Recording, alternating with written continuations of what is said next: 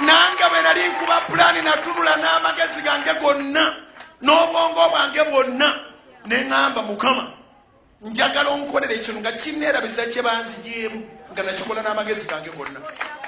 Mukama n'akolera bw'obiteeka ku miizaani obiraba. Nakyo no bakifayiringa mbu bakyagala. Kitalo. N'atera bw'aba bakyagala oba naleka ekyasooka n'ekirala asobola okukireka era n'enkola ekirala. Nakyo tukibalekere. Naye temweraliikira siri musiru. Bwe kyali kikolebwa amannya mwe kiri. Saabuzaabuzanga abagagga. Nakikola mannya ga Bujjingo ne Suzan. Mukama akole bulungi.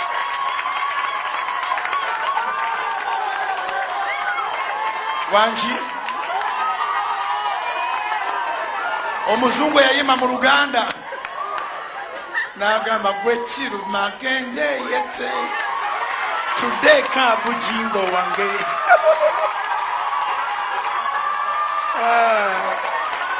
Bane mujja kunsonyiwa ndi musanyu kubanga abaali bamanyi nti siridamu kufuna wadde ekikumi nga nekanani teridamu kulinnyako muntu yenna.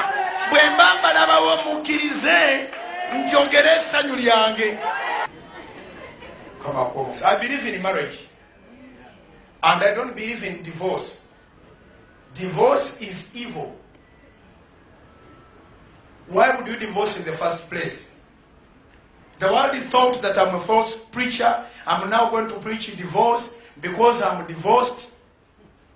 You see, you need to understand the Bible and differentiate the Bible with your problems.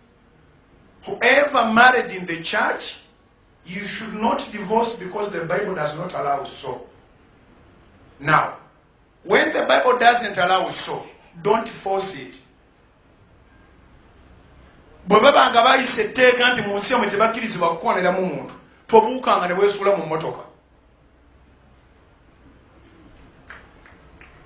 Omukitegeddemu. Kasa babanga bayise etteeka tewali mmotoka ekkirizibwa kukoona muntu. Bwe togirabanga ng'etuuka ne weekasukayo ejja kutta nga n'etteeka weeriri. In other words, waliwo abantu abajjanga bwe twajja nga Katonda si ye yabagatta mumuwayiriza buwayiriza. Mukwata ennyiri ne muzimusibako. Katonda kye yagatta ewamu tewabanga akyawula naye nga omanyi nti mwegattira mu bbaala. Ne mujja mpola mpola mubadde incompatible all along. Kati mwagala kujuliza Bible nti tekkiriza divorce kubanga Katonda ye yabagatta naye nga nawe omanyi oli tageti waaka woyina bye wali oyagala. Era mwenyenyamu kumugo kati atulina listi y'ebintu. Toyina listi ya love. Kubira Mukama engalo ez'amaanyi. Yeah, there are people who came with a target. Buli kyogula nga abala ebyo bibiri. Ebyo bisatu. Bina. Mubate munabaako na kyemu ayogedde. Tugabane ebintu. So, mwabalabaganye nga muli balokole nga muli mu kkanisa. Ekkanisa tekkiriza kwawukana. N'abalabagana nga temuli balokole kati nga mwalokoka. Abooluganda gye bujja nja kubuulira enjiri etabulibwangako muntu yenna kubanga nja kuba nyina experience. Twamanyi kye bayita kwawukana na muntu. N'abaana bo n'abakukyaya n'oddamu otandika omulala nga tomanyi oba naye muli awukana oba n'abaana naye ali bakukyaya. Kibi nnyo okutambula olugendo ne lufa lutyo. Teri kintu kibi nga divorce. Weegumya naye nga olowooza n'ogamba naye kati emyaka gyonna gifudde. Twali tuli mu myaka gya kukuŋŋaanya bintu oba waliwo okwagala. Kyobalaba oli takuteeranga wo lisiti y'ebintu bye yeetaaga ate gwe n'omuteerawo laafu. Muwe ebintu obulamu buddamu ne butandika.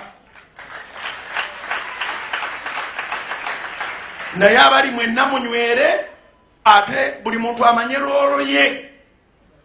Toteekanga mukazi wo ku bunkenke nti olina by'otwala mu mawulire. abalala kyova owulira nga babatta n'ofa nabyo kubanga akimanyi nti era kyogenda okukolera bakiyita kutta. Kiba kikyamu. Toteekanga mwami wo ku bunkenke nti olaba era olina erinnya lindako onoogiraba oti nja kukola bwe nti njagenda mawulire.